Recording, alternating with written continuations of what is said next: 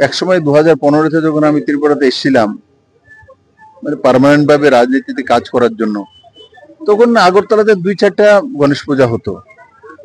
আজকে বড় মাত্রায় প্রায় প্রতিটি এরিয়াতে একটা না একটা গণেশ পূজা হয়। বাড়িঘরে তো হয়ই, সার্বজনীন ভাবেও হয়। এটা প্রমাণিত করে যে 35টা বছর কমিউনিস্টরা শাসন করার পর ধর্মকে আফিমের নেশা এগুলো অপবাদ দেওয়ার পরও ভারতের আত্মা মানুষের হৃদয়ে সংস্কৃতিতে থাকে। আর এই পূজা অর্চনার মাধ্যমে সেটাই আমাদের সামনে প্রমাণিত হয়।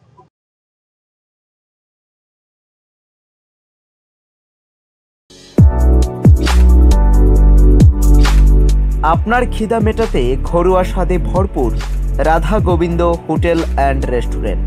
এখানে রুচিসম্মত নিরামিষ ও আমিষ খাবারের দুর্দান্ত আয়োজন, সাথে পাচ্ছেন আরামদায়ক পরিবেশ। শুধু তাই নয়, যাত্রীদের জন্য আছে উঁচা তলায় থাকার ব্যবস্থা।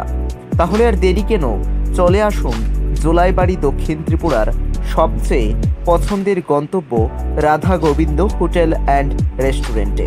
স্থান জোলাইবাড়ি দক্ষিণ ত্রিপুরা। প্রোপ্রাইটার প্রসেনজিৎ ভৌমিক। যোগাযোগ 7085126455। Radha Gobinda hotel and restaurant, স্বাদের সাথে ঘরোয়া যত্ন।